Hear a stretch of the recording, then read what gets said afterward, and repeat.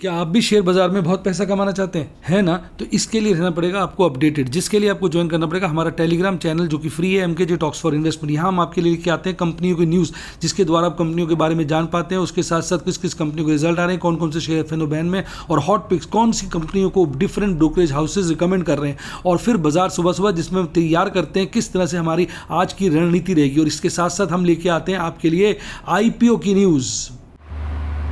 Hi guys, आपका स्वागत है आपके अपने show MKJ talks for investment इन हिंदी में।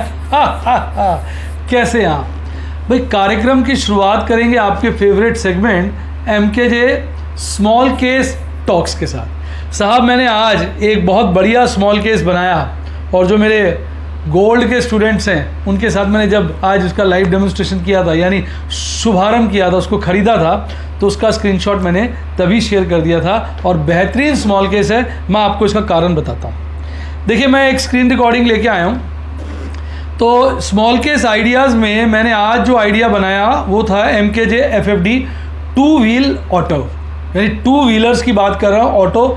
मैंने इसमें 3 कंपनियाँ पकड़ी, TVS Motors, Bajaj auto, hero motor Corp, और इसमें जो मिनिमम अमाउंट ऑफ इन्वेस्टमेंट है वो अराउंड 10,000 है, जिसमें इन 3 कंपनियों के शेयर बैलेंस्ड वे में आ जाते हैं। आप भी अगर इस स्मॉल केस में इन्वेस्ट करना चाहें तो इसका लिंक डिस्क्रिप्शन बॉक्स में, उस पर क्लिक करिए, वो ऑटोमेटिकली आपके स्मॉल केस में ऐड हो जाएगा।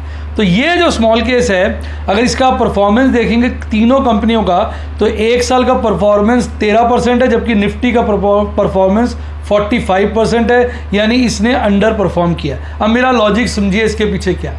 मैं स्मॉल केस तब लेके आता हूँ, उसमें इन्वेस्टमेंट तब स्टार्ट करता हूँ जब वो निफ्टी के कंपैरिजन में अंडर परफॉर्म करता है। आपको पता है निफ्टी के अंदर साइकिल्स चलते हैं। अगर आप इस वक्त IT सेक्टर देखेंगे वो निफ्टी से ओवर परफॉर्म कर रहा है, यानी कुछ सेक्टर्स बहुत ज़्यादा भागते हैं, कुछ कम भागते हैं एक पीरियड ऑफ टाइम में। दूसरे पीरियड ऑफ टाइम में जो पहले भागे होते हैं वो ठंडे हो जाते हैं, जो नहीं भागे होते हैं वो भाग जाते हैं। अब ऑटो की एक खास न्यूज़ अभी आई थी, अगर आपने नोट किया हो, ओला ने अपना इलेक्ट्रिक व्हीकल लॉन्च किया, जिसके चलते एग्जिस्टिंग 2 व्हीलर कंपनीज के प्राइसेस खासे गिर गए। रीज़न ये है कि भाई सबको क्या लग रहा है कि यार ओला का स्कूटर बिकेगा, इनका नहीं बिकेगा, ये तो जैसे बेवकूफ़ हैं, बुद्धू हैं, नालायक हैं। अरे भाई, इनके भी तो इलेक्ट्रिक स्कूटर्स हैं। कुछ कह रहे नहीं यार ओला का ना सस्ता और बेटर है। अरे यार, ओला को सब कुछ बिगिनिंग से स्टार्ट करना, और ये तो इनके लिए अच्छी बात है। होता क्या है, जब ये आजकल सारी कंपनीज बड़ी कॉम्पिटिटिव है। हीरो मोटर्स हो गया आपका, बजाज हो गया आपका, TVS मोटर्स हो गया, ये सब अपने 2 व्हीलर्स में बड़ी अच्छी बिक्री करती हैं। अब जब इनके ऊपर प्रेशर आएगा कि ओला भी आ गया, तो इससे 2-4 बेनिफिट होंगे, आप ध्यान से सोचिए। एक, ओला के इलेक्ट्रिक स्कूटर आने से ये भी अपने इलेक्ट्रिक स्कूटर्स पे जोर देंगे। जब ये जोर देंगे तो इलेक्ट्रिक स्कूटर्स इनके भी बिकेंगे, कॉम्पिटिटिव होंगे, बेटर क्वालिटी बनाएंगे, बेटर प्राइसिंग करेंगे, स्कूटर्स इलेक्ट्रिक बिकेंगे। और इस वक्त क्या है, पेट्रोल के दामों से सारे लोग परेशान है। लोग कहते हैं एक बार काट लो, रोज़ रोज़ नहीं काटो, या ये कहिए एक बार जितना मारना है मार लो, रोज़ रोज़ पिटाई मत करो। वो कहते हैं रोज़ रोज़ पेट्रोल भरवाते हुए दिल बैठ सा जाता है, एक बार स्कूटर लिया टंटा ख़त्म। तो एक ना मुहिम सी चालू हो जाएगी। मैं आपको बता रहा हूँ, ध्यान से सुनिएगा। मुहिम सी चालू हो जाएगी जिसके चलते जिनके पास भी डीजल पेट्रोल वाले 2 व्हीलर वो बदल के इसके ऊपर जाएंगे। छोटे छोटे बच्चे इसको लेंगे। इस पर सफ़र करने का खर्चा आपके रिक्शा से कम आएगा। तो पेरेंट्स भी कहेंगे यार क्या रिक्शा पड़ के जाता है, एक स्कूटर रख लो, जहाँ मर्जी जाएगा, इसी से चला जाएगा। तो यानी ये एक ऐसी चीज़ बन के आ जाएगी जिसमें एक बार तो इन्वेस्टमेंट ज़रूर होगी। तो वो इन्वेस्टमेंट लोग क्या करेंगे, अपने बच्चों के लिए, अपने परिवार के लिए, आपके बर्थडे पे गिफ्ट कर देंगे, और रोज़ाना उनका खर्चा बचेगा, जिसके चलते और इन्वायरमेंट भी क्लीन होगा, गवर्नमेंट में भी इसमें इंसेंटिव्स आएंगे। तो ओवरऑल मुझे लगता है कि जो 2 व्हीलर इंडस्ट्री है उसमें बिल्कुल एक रिफॉर्म आ जाएगा। हमारे जैसे लो कॉस्ट, लो पर कैपिटल इनकम वाली इकॉनमी के अंदर हमारे यहाँ मेजॉरिटी लोग जो हैं बहुत कम इनकम रखते हैं। अब देखो कितने सारे लोग हैं अपने एम्प्लॉयज़ को इसलिए मोटरसाइकिल्स वगैरह नहीं देते क्योंकि उसकी एक तो मेंटेनेंस ज़्यादा होती है और उसमें पेट्रोल का खर्चा ज़्यादा आता है। तो कहते हैं भैया तो रिक्शा पे चला जाए, पैदल चला जाए। अब जो देखेंगे यार स्कूटर है, चार्ज हो जाता है, फट से चले जाते हैं, खर्चा कुछ लंबा चौड़ा है ही नहीं, तो भैया यार तो ऐसा का स्कूटर ले, उसी से चला जाए। हर कंपनी में देखना ढेरों स्कूटर इस तरह के लिए जाएंगे लो लेवल स्टाफ्स के लिए। वो कहेंगे इनका यार आधा घंटा ही बड़ा कीमती है, इतनी तनख्वाह लेते हैं, स्कूटर पकड़ा दो, अपना खर्च से करेंगे, इनकी प्रोडक्टिविटी और एफिशिएंसी दोगुनी हो जाएगी। तो जिसके चलते मुझे लगता है टू व्हीलर सेगमेंट में काफ़ी बड़ा रिफॉर्म आएगा। आप में से कई लोग सोच रहे हैं यार सर ने कुछ ज़्यादा नहीं सोच लिया, भाई यही आउट ऑफ बॉक्स थिंकिंग होती है।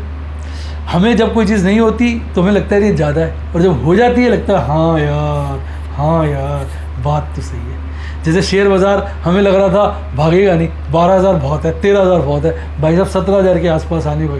अब आगे तुम कह रहे नहीं यार तेज़ी तो बनती है, IT सेक्टर को यार बड़ा बूस्ट मिला है। तो हम जो है ना माहौल के हिसाब से बदल जाते हैं, और बदलना भी चाहिए। तो इसलिए आपका क्या विचार है, ये जो मैं स्मॉल केस लेके आया हूँ आपको कैसा लग रहा है, नीचे कमेंट में बताइए। आइए मैं आपको इन तीनों कंपनीज़ का परफॉर्मेंस बता दूँ। देखिए TVS मोटर ने 1 ईयर का एक रीजनेबली गुड रिटर्न दिया है जो लगभग 21% के आसपास है, और देखेंगे लेटली इसने बहुत फॉल किया है। इसने अभी 666 का पीक बनाया था, जहाँ से गिरकर 525 आ गया। अपने पीक से आप देखेंगे 25% गिर गया। अब आप बात करिए हीरो मोटर कॉर्प की, इसने 3629 का पीक बनाया था, अब 2763 पे आ गया है, लगभग 1000 अपने पीक से गिर गया है, 30% के आसपास की गिरावट दिखा रहा है। अब आप बात करिए बजाज ऑटो की, बजाज ऑटो ने 4361 का पीक बनाया था, 3800 पे आ गया, अपने पीक से 600, यानी लगभग 15 से 20% गिर गया। तो ये सही वक्त और सारी गिरावट रिसेंटली हुई है, और मैं कहते हैं ना gone are bulls gone are bears, eagle is the winner, let's be clear. तो मैं ईगल बनकर मैंने देखा इसमें काफ़ी गिरावट हुई है, तो आज इसका स्मॉल केस खरीदा, बनाया, उसका खरीदा, उसका स्क्रीनशॉट सभी के साथ अपने स्टूडेंट्स के साथ लाइव डेमोन्स्ट्रेशन में शेयर कर दिया। आप में से किन किन लोगों को ये स्मॉल केस अच्छा लगा और उन्होंने इसमें खरीदारी करी, फटाफट कमेंट में लिखिए। आइए अब बात करेंगे शेयर बाजार की कहानी MKJ की जुबान। खुशखबरी खुशखबरी खुशखबरी, इसको मैंने और डिटेल्ड बना दिया। पुट कॉल रेशियो पीछे मैंने छोड़ दिए थे, मैंने उसमें और एनालिसिस किया, क्योंकि आजकल मैं निफ्टी और बैंक निफ्टी के इंडेक्स पे काम कर रहा हूँ। पिछले बार मैंने वीकली इंडेक्स पे काम किया था, और मैंने आपको कहा था मैं इसके अभी स्क्रीनशॉट शेयर नहीं करूँगा, जिसके चलते उसमें मुझे अच्छा खासा नुकसान हुआ, लगभग कुल मिला के 60,000 का नुकसान हुआ। पर हर चीज़ को सीखने के लिए कीमत चुकानी पड़ती है, जिसके चलते मैंने खट से समझ लिया कि यार इसमें ये गलतियाँ हुई हैं और ये अच्छा है, मुझे पता चल गया, और मैंने बिल्कुल अपनी स्ट्रैटेजी चेंज कर दी, उसमें नए बदलाव लेके आया हूँ, और आने वाले वक्त में आप देखेंगे इसमें अच्छा मुनाफा होगा। और एक ट्रेड तो मैंने आज ज़बरदस्त कर ही दिया था बैंक निफ्टी में, जिसमें मुझे लगता है मिनिमम मेरा प्रॉफिट 20,000 है, मैक्सिमम 25,000 है, यानी अभी अभी उसकी तो रिकवरी मैं साथ के साथ कर ही लूँगा। यह महीना हमारे लिए खतरनाक रहा, जिसके अंदर आप देखेंगे हमारी बहुत सारी ढेरों पुट्टे इन द मनी हो गई। मैं लास्ट अगस्त के ऊपर मेरे ऊपर प्रेशर आएगा, मार्जिन कम हो जाएंगे, एकदम मार्जिन बढ़ेंगे, तो जिसके चलते जो जो मुझे ठीक लग रहा है मैंने वो पुट्टे स्क्वेयर ऑफ करी और उनके शेयर बाजार से खरीदे, जिसके चलते आपको नजर आएगा कि जब मैंने पुट को स्क्वेयर ऑफ की तो बड़े बड़े लॉसेस हुए। उन लॉसेस से हमने नहीं घबराना, क्योंकि हमने तो उनकी डिलीवरियाँ ले ली हैं सस्ते रेटों पर। अब अगले महीने जो शेयर इस महीने गिरे वो अगले महीने या तो गिरे रहेंगे या चढ़ जाएंगे। चढ़ जाएंगे तो हम निकल जाएंगे प्रॉफिट में, और गिरे रहे तो उससे अगले महीने चढ़ेंगे। साइकिल में बाजार चलता है। इस वक्त लोगों के पास पैसे नहीं है, वो पोजीशनें उठाएंगे नहीं, वो स्क्वेयर ऑफ कर लेंगे, लॉस बुक कर लेंगे। जो मजबूत लोग हैं, जो रिस्क मैनेजमेंट करके चलते हैं, वो घबराएंगे नहीं, वो सारी डिलीवरियाँ उठा लेंगे, फिर आराम से उसकी कॉलें बेचेंगे, या शेयर भाग गया तो उसको शेयर को ही टाटा बाय बाय कर देंगे। तो सबसे बड़ी जरूरी चीज़ होती है ट्रेडर्स के लिए रिस्क मैनेजमेंट। ट्रेडर्स को घबराना नहीं होता है, रिस्क को मैनेज करके चलना होता है, तभी उनको कामयाबी मिलती है। तो ये मेरे विचार थे।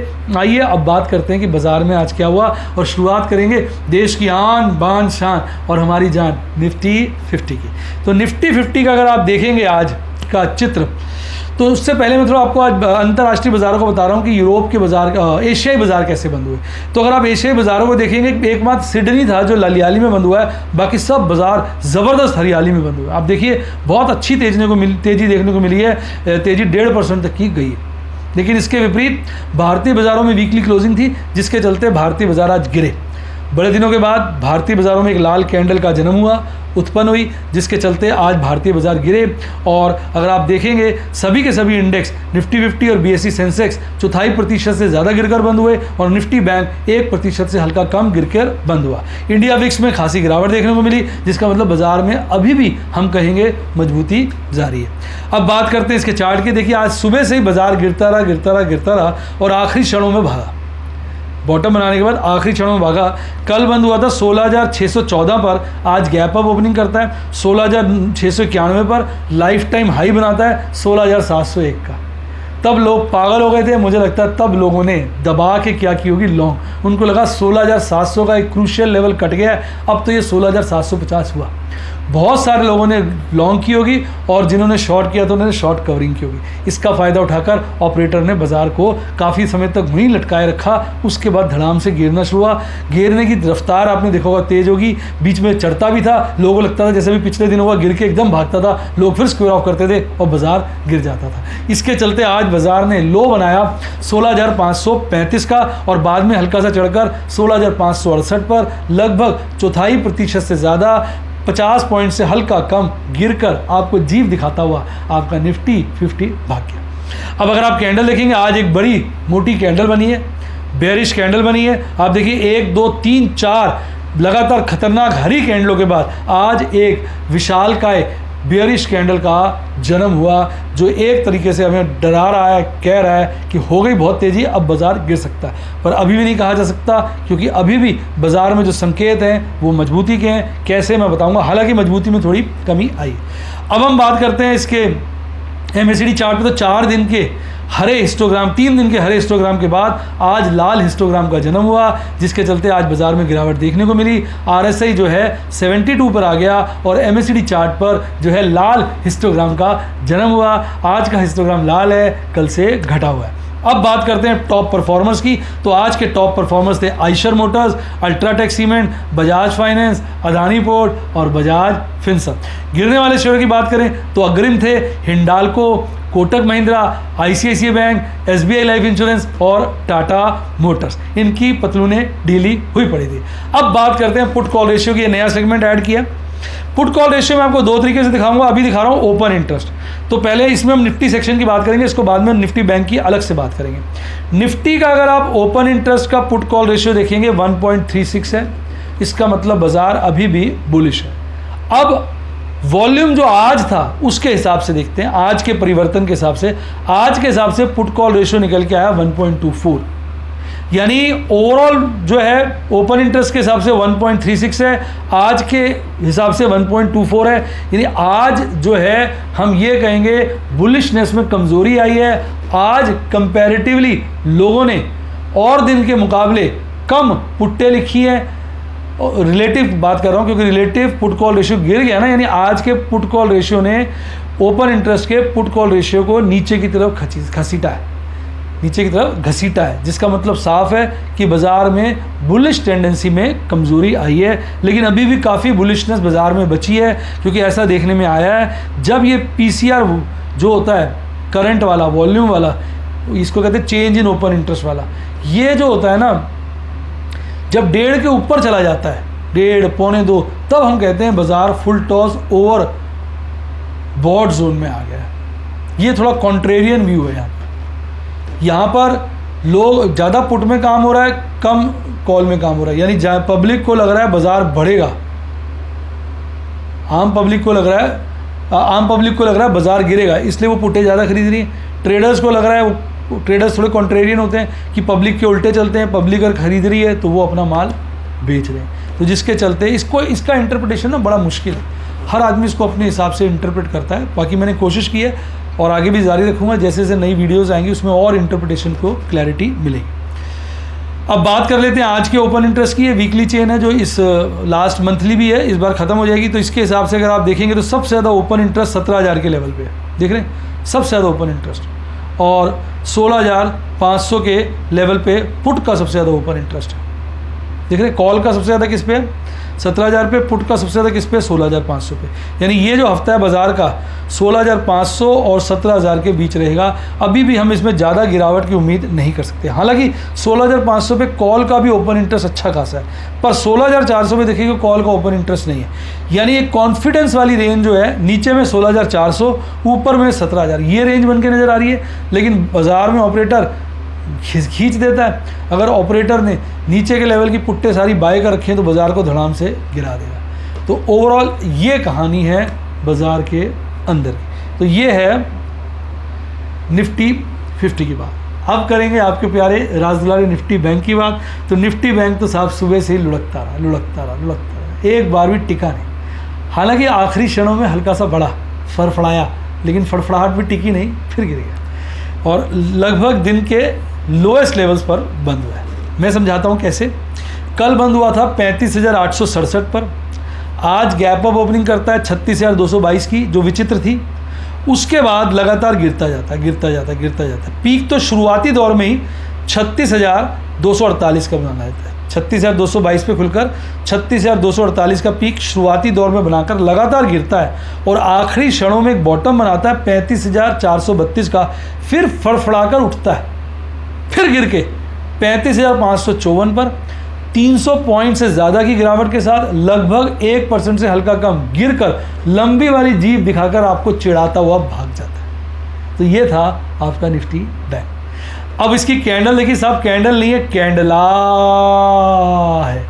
जितनी आपको कैंडल दिख रही है आप देखोगे उसमें ये सबसे बड़ी लाल कैंडल है, सबसे बड़ी लाल कैंडल है।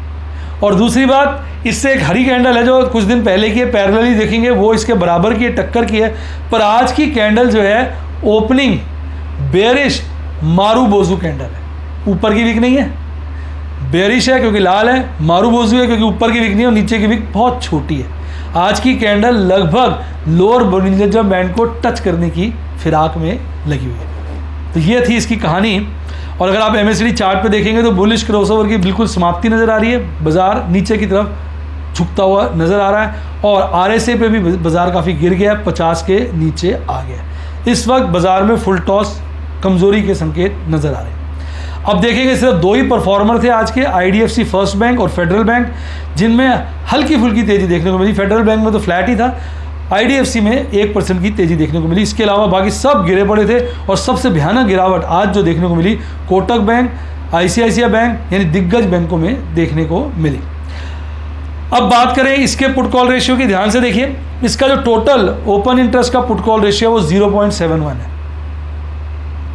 जो ओपन इंटरेस्ट का, और जो आज चेंज इन ओपन इंटरेस्ट यानी वॉल्यूम का पुट कॉल रेशियो है वो 0.79 है, यानी इसमें बढ़त आई है। 1 से नीचे है यानी ये दर्शा रहा है कि बाजार में गिरावट है, कमजोरी है। पर कमजोरी में कमी आई है यानी ट्रेडर्स अपना रुझान बदल रहे हैं। कैसे? क्योंकि जो ओवरऑल पुट कॉल रेशियो है बैंक निफ्टी का 0.71 है, आज का चेंज इन ओपन इंटरेस्ट का 0.79 है, यानी आज के चेंज इन ओपन इंटरेस्ट ने टोटल ओपन इंटरेस्ट को ऊपर की तरफ खींचने की कोशिश की है। यानी ट्रेडर्स की विचारधारा बदल रही है, वो अपने ओपिनियन को बदल रहे हैं। Put call ratio open interest का जब कम हो वॉल्यूम से, यानी आज बड़ा है पुट कॉल रेशियो, यानी अब ऑपरेटर्स का यानी ट्रेडर्स का, जो मेन ट्रेडर्स होते हैं, सेलर्स होते हैं, उनका विचार बदल रहा है क्योंकि हम उनको स्मार्ट मान के चलते हैं। तो ऐसा लगता है कि ये काफ़ी गिर चुका है, अब इसमें रिवर्सल आना चाहिए। इसके मुकाबले जो निफ्टी 50 है वो थोड़ा सा अभी कन्फ्यूजिंग के संकेत दे रहा है, क्योंकि इतना नीचे ना जल्दी जल्दी बैंक निफ्टी का आता नहीं। मैं इसका से डाटा कलेक्ट करके ट्रेंड भी आपको डिस्प्ले में लेकर आऊँगा। तो ये है सारी आज की कहानी। अब बात करते हैं इसके ओपन इंटरेस्ट की। तो अगर आप देखेंगे सबसे ज़्यादा ओपन इंटरेस्ट इस अगस्त एक्सपायरी का कॉल का तो है 36,000 पे और पुट का है 20,100 पे, 20,100 है 35,500 पे। तो जो रेंज निकल के आ रही है वो 35,500 से 36,000 आ रही है और ये काफ़ी कंफर्टेबल स्ट्रॉन्ग रेंज निकल के आ रही है। ऐसा लग नहीं रहा बाजार 35,500 के नीचे जाएगा और 36 के ऊपर जाएगा। तो थोड़ा सा 35,500 काटना मुश्किल है। अगर 35,500 काट भी लेता है तो 35,000 तो बहुत ही मुश्किल है, क्योंकि 35,000 पे तो कॉल का ओपन इंटरेस्ट ना के बराबर। तो इस तरीके से आपको संभल कर चलना है। आइए अब बात करते थे आपके प्यारे राज दुलारे FIs DIs की। तो भाई दोनों ने आज दबाकर बिकवाली करी। FIs तो ज़्यादातर बिकवाली करी ने, पर DIs ने कहा तेरी तो, और उसने उनसे ज़्यादा की बिकवाली कर डाली। कल DIs ने खरीदारी की थी, आज DIs ने भी बिकवाली करी और FIs से ज़्यादा करी। FIs ने लगभग 600 करोड़ 600 करोड़ के आसपास की नेट बिकवाली करी। DIs ने 725 725 करोड़ से भी ऊपर की नेट बिकवाली की, जिसके चलते कल तो नाम मात्र बिकवाली आई थी 77 करोड़ की, पर आज बहुत बड़ी बिकवाली 1324 करोड़ की। 1324 करोड़ की इतनी भारी नेट बिकवाली आई है। तो हाहाकार आज जो है मचा, जिसके चलते बाजार गिरा है, और ये एक ट्रेंड चेंज होने की तरफ भी इशारा कर सकता है। लेकिन अभी भी जो आपका निफ्टी 50 का पुट कॉल रेशियो है वो रीजनेबल जोन में है। हालांकि तेज़ी में कमी आई है, लेकिन फिर भी रीजनेबल जोन में है अभी जो विचारधारा बन रही है। अब बात करते हैं टोटल ओपन इंटरेस्ट की। तो अब टोटल ओपन इंटरेस्ट की बात कर ली। अब बात करेंगे किसकी, MKJ स्टूडेंट टॉक्स की। तो भाई आज बड़े दिनों के बाद एक बड़ा ऐसा दिन है जब मैंने बहुत बड़ी लॉस बुकिंग करी है, 1,52,000 की। और मैं प्रभु को इसका धन्यवाद देना चाहूँगा कि उन्होंने मुझे इतना सक्षम बनाया कि मैं लॉस भुगत सकूँ, और प्रार्थना करूँगा कि आगे अच्छे मुनाफे की इसको भरपाई करवा पाए। ओवरऑल अभी भी मेरा मंथ का प्रॉफिट ठीक ठाक चल रहा है, लेकिन आज बुकिंग करी उसके पीछे कारण बताता हूँ। कारण ये है कि बहुत सारी पुटें इस बार इन द मनी हो रही हैं। तो मुझे लगा लास्ट डे ऑफ अगस्त जो भी एक्सपायरी का है, मुझे काफ़ी प्रेशर बन सकता है, क्योंकि मेरी बहुत सारी पोजीशंस हैं। तो उस दिन माइंड में प्रेशर बन सकता है, कोई चीज़ पोजीशंस में फ़र्क आ गया हो। तो ऐसी पुट्टे जिनमें बहुत ज़्यादा लॉस था, जिसका मुझे लग रहा था वो डिलीवरी लेनी पड़ेगी, तो मैंने उनको लास्ट डे के लिए ना छोड़कर स्क्वायर ऑफ करके फिजिकल सेटलमेंट में डिलीवरी उठा। मैंने कहा इसके शेयर लेके रख लेता हूँ, माइंड फ्री हो जाए, ताकि फिर मैं इसकी तरफ ध्यान नहीं लगाऊंगा। ये मेरी छोटी सी रणनीति थी, ताकि मेरा लोड जो है लास्ट में कम हो, क्योंकि मेरी बहुत सारी अगस्त की पोजीशंस इस वक्त बनी हुई है। ओवरऑल आज मैंने 17 ट्रेड किए। ओपल और बैरिल के 9 ट्रेड थे, जिसमें 4 नई पोजीशन थी, 5 स्क्वायर ऑफ थे, और इन्हीं की पुट्टे ज़्यादा इन द मनी थी जिनको स्क्वायर ऑफ किया, जिसके चलते यहाँ पर आपको लॉस नज़र आता है। प्लैटिनम और रूबी के 2 ट्रेड थे, दोनों नई पोजीशनें बनाई, कोई स्क्वायर ऑफ नहीं है। एमराल्ड और सफ़ायर के 3 ट्रेड थे, तीनों नई पोजीशनें थी। डायमंड और सफ़ायर का 1 ट्रेड था, 1 नई पोजीशन थी। और गोल्ड और सफ़ायर के लिए मज़ा आ गया, आज 2 स्मॉल केसेस में खरीदारी करी। गोल्ड, एमराल्ड और डायमंड के स्टूडेंट्स को बता दूं कि इस वक्त जिस तरीके से हम प्लानिंग कर रहे हैं, छोटे छोटे ट्रेड्स कर रहे हैं, आपने देखा होगा ट्रेड की फ्रीक्वेंसी बढ़ गई है आपके लिए, क्योंकि मैंने इसके लिए सेपरेट टीम का गठन कर दिया है और मेरे सुपरविजन में वो काम कर रही है, और उनको मैं इंडिपेंडेंट बना रहा हूँ, तरीके बता रहा हूँ, जिसके चलते वो बहुत ढेर सारी परचेजिंग कर रहे हैं आपके लिए छोटे छोटी मात्रा में, ताकि कॉस्ट कम से कम नजर आए। क्योंकि आपको पता है हमारी ब्रोकरेज तो लगती नहीं कैश एंड कैरी में, कोई चार्जेस नहीं लगते खरीदारी पे। बिकवाली पे जरूर डीपी चार्ज लगते हैं, तो बेचेंगे तो एक ही बार में, खरीदेंगे थोड़े थोड़े करके, एक नई रणनीति के चलते। तो अगर आप छोटे इन्वेस्टर हैं, छोटे ट्रेडर हैं जो कम इन्वेस्ट करना चाहते हैं, तो आप मेरा एमराल्ड, डायमंड या गोल्ड अपनी इच्छा के अनुसार ज्वाइन कर सकते हैं, आपको उसमें काफ़ी मज़ा आएगा। तो आज 2 बढ़िया स्मॉल केस में भी खरीदारी की। आइए अब मैं बताता हूँ आज का क्या रहा। देखो HDFC AMC की मैंने फ्यूचर कॉल स्ट्रैटेजी लगाई हुई थी, जिसमें फ्यूचर बहुत अच्छा प्रॉफिट दिखा रहा था, कॉल भी हल्के फुल्के प्रॉफिट में थी। और HDFC की जो कॉल बेची थी 3,000 की थी, और आप देखेंगे तो HDFC 3,000 का लेवल टच कर गया। तो मेरे मन में विचार आया कि इसकी जो 3,000 की कॉल बेचकर स्क्वायर ऑफ कर 3,050 की बेच देता हूँ, 50 रुपये एक्स्ट्रा मिल जाएंगे। इसके चक्कर मुझे 20 रुपये सेक्रीफाइस करने पड़े, क्योंकि मैंने 3,000 की स्क्वायर ऑफ की 53 रुपये पे, और बेची मैंने 3,050 की 33 रुपये पे। लगभग 20 रुपये का मुझे नुकसान हुआ। ऑल्दो मुझे जो मैंने 3,000 की स्क्वायर ऑफ की उसमें फ़ायदा ही हुआ है 610 का, पर डिफरेंस बता रहा हूँ, मेरे को 20 रुपये का नुकसान हुआ, लेकिन मेरी 50 रुपये की लिमिट बढ़ गई। तो मुझे ऐसा लग रहा है कि शायद अगस्त एक्सपायरी तक ही ये शेयर भाग के 3,050 चला जाए, तो 30 रुपये अगर मुझे एक्स्ट्रा मिल जाते हैं तो क्या बुराई है। 30 को मल्टीप्लाई करिए किससे, 200 शेयरों से, तो 6,000 का मुनाफा मेरा एक्स्ट्रा हो जाएगा। तो ऐसा मैंने एक गेम प्लान किया। आइए उसके बाद हिंदुस्तान यूनिलीवर की मैंने पास कॉल बेची थी, मेरे पास शेयर पड़े थे, मैंने कॉल को स्क्वायर ऑफ किया, शेयर की डिलीवरी छोड़ी। कॉल में आपको नज़र आ रहा होगा 13,500 का नुकसान है, पर जो मैंने शेयर बेचे उसमें 90,000 का प्रॉफिट है। तो 90 में से अगर आप 13,500 माइनस करेंगे तो लगभग मेरे को 77,000 का ओवरऑल प्रॉफिट आया। ये मेरे लिए एक अच्छा ट्रेड रहा। हालांकि मैंने इसको स्क्वायर ऑफ किया और जब खरीदा तो मुझे नुकसान हुआ। आप देखेंगे मैंने स्क्वायर ऑफ किया 77 रुपये पे 2,420 की कॉल को, तो कॉस्ट हो गई 2,420 प्लस 77, 2,497। अगर मैं 2,497 के ऊपर बेच पाता तो मुझे फ़ायदा होता, लेकिन मेरे को देखा मैंने मेरे स्क्वायर ऑफ करने के बाद एकदम गिरना शुरू हो गया हिंदुस्तान यूनिलीवर, तो मुझे पैनिक में नीचे के रेटों में भी बेचना पड़ा, जिसके चलते मेरी जो एवरेज सेल प्राइस आई थी वो आई थी 2,492, यानी 5 रुपये सस्ता, मतलब 5 रुपये नुकसान हुआ मुझे एक तरीके से इसको रोल ओवर करने का। तो वो अब कई बार नुकसान भी जाता है, वैसे फ़ायदा भी जाता है, पर ठीक है, अगर मैं फिजिकल सेटलमेंट करता हूँ थोड़ी ब्रोकरेज भी लगती, तो ओवरऑल ठीक ठाक ही है। अब ये इसकी कॉस्ट है, अगर आप हिंदुस्तान यूनिलीवर के शेयर्स की देखना चाहें, इसको मैंने धीरे धीरे एक्यूमुलेट किया था और आज झटके से काटा। मैं खरीदता धीरे धीरे हूँ, काटता झटके से, काटने में एक ही बार डीपी चार्ज लगता है, खरीदने में कोई चार्ज होता ही नहीं। तो थोड़ा थोड़ा खरीदो, काटो एक बार में। अब उसके बाद लुपिन कि मैंने देखा था इसमें पुट में बहुत ज़्यादा नुकसान हो रहा था, मुझे ये प्रेशर दे रही थी, तो मैंने इसको स्क्वायर ऑफ किया, मेरा 90,000 का नुकसान हुआ और मैंने इसके आज आधे शेयर खरीद लिए। 850 है ना, तो 425 शेयर खरीद लिए। मुझे लगा कल परसों गिरेगा तो और खरीद लूँगा। अब पर इसमें रिस्क होता है, अगर बढ़ गया तो फिर नहीं खरीद पाऊंगा, मुझे नुकसान लग जाएगा। तो स्ट्रैटेजी बनाता हूँ, पर मैंने एक पुट भी नीचे की इसकी बेच दी। तो यानी हर तरफ से अपने आप को कवर करके चलता हूँ कि इधर नहीं तो उधर बच जाए, उधर नहीं तो इधर बच जाए, यानी कहीं ना कहीं तो बच जाए। तो इस तरीके से गेम प्लान चलता है। तो अब टीवीएस मोटर में बड़ा भारी नुकसान हो रहा था, तो इसके भी मैंने पुट को स्क्वायर ऑफ किया 80,000। इसके मैंने पूरे के पूरे 1400 शेयर खरीद लिए। 1400 शेयर पूरे के पूरे खरीद लिए और लगभग इसी भाव खरीदे, जो मतलब उसमें ना नुकसान हुआ ना फायदा हुआ, लगभग उसी भाव पकड़ लिया। अब मेरा कम से कम टीवीएस मोटर से ध्यान हट गया, क्योंकि एक और बात थी ना, लास्ट में मार्जिन बढ़ जाते। अब मार्जिन का लफड़ा तो खत्म ही हो गया ना, नहीं तो जो शेयर लेने हैं ले उठाओ, ताकि एकदम मार्जिन बढ़ेंगे, फिर मार्जिन शॉर्ट हो जाए, फिर मुझे पैसे डालने पड़ेंगे। तो इस करके भी मैंने स्क्वायर ऑफ किया। हालांकि कैश भी फंस गया, नहीं तो कैश पड़ा रहता। फिर भी मुझे लगा मेरी पोजीशंस बहुत ज़्यादा है ना, तो लास्ट में मैं कैसे 50, 60, 70 पोजीशन है, शायद 70 के आसपास है, 70 पोजीशन को लास्ट डे में हैंडल कैसे करूँगा। बाजार में अगर उठा पटा होने लगी तो आदमी पजल हो जाता है। तो मुझे लगा कि मुझे कुछ स्क्वायर ऑफ्स कर लेना चाहिए। आरबीएल बैंक की मैंने एक पुट 200 वाली स्क्वायर ऑफ करी, इस पर भी मुझे लगभग 60,000 का नुकसान हुआ। इसके भी मैंने सारे के सारे शेयर खरीद लिए, पूरा लॉट इसका भी खरीद लिया। तो ये थे देखो आज के ट्रेड, जो मैंने इसलिए करे ताकि मेरे पे लास्ट मोमेंट पे बिल्कुल भी प्रेशर ना पड़े। जो ज़्यादा गिरावट वाली छोटी मोटी को तो हैंडल कर लेंगे, जिसमें 60-70,000 का। इसमें एक और फायदा है, मेरे लॉसेस भी आ जाएंगे मेरे बुक्स के अंदर। तो ये सब लॉसेस को राइट ऑफ करके अगर इस महीने में प्रॉफिट में निकलता हूँ, तो लॉसेस तो मैं खा गया, हजम कर गया, प्रॉफिट में निकल गया, अच्छी जीत हो गई।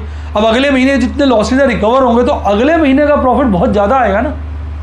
ऐसा होता है, कभी किसी महीने हम लॉस दिखाते हैं, उसके बावजूद प्रॉफिट में निकल जाते हैं, तो जितनी भरपाई करनी होती है वो आने वाले मंथ में कर लेते हैं। तो जितना इस वक्त हम पैनिक में अपने को स्ट्रॉन्ग कर रहे हैं, रिस्क मैनेजमेंट कर पा रहे हैं, डिलीवरियाँ उठा पा रहे हैं, तो हमारा नुकसान नहीं है। इनको हम आने वाले महीनों में फट से, मैं कहता हूँ इससे ज़्यादा कवर करेंगे, तब आपको लगेगा बड़े मोटे प्रॉफिट हो रहे हैं।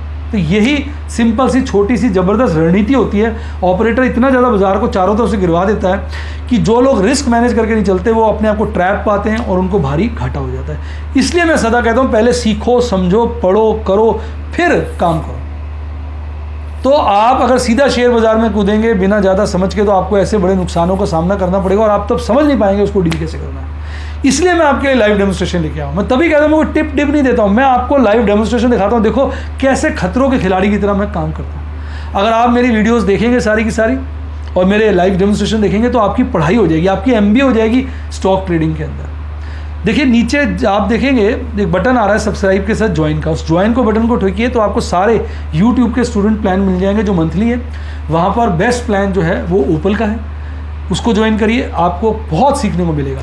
और अगर आपको लगता है अभी आप बिगिनर हैं, थोड़े कम खर्चा करना चाहते हैं, तो प्लैटिनम का ज्वाइन कर लीजिए। मंथली प्लान है, 2, 4, 5 महीने, 6 महीने, जितने महीने आपको लगे सीखने के लिए आपको चाहिए, आराम से सीखिए। ट्रेड करने की जल्दी मत करिए, जब सीख जाएँ तब करना। और अगर आप ये चीज़ें बहुत नज़दीकी से सीखना चाहते हैं और सारी वीडियो की लिस्ट एक साथ चाहते हैं, पूरा का पूरा कोर्स एक ही बार में चाहते हैं, तो आप हमारे व्हाट्सएप के स्टूडेंट बनिए।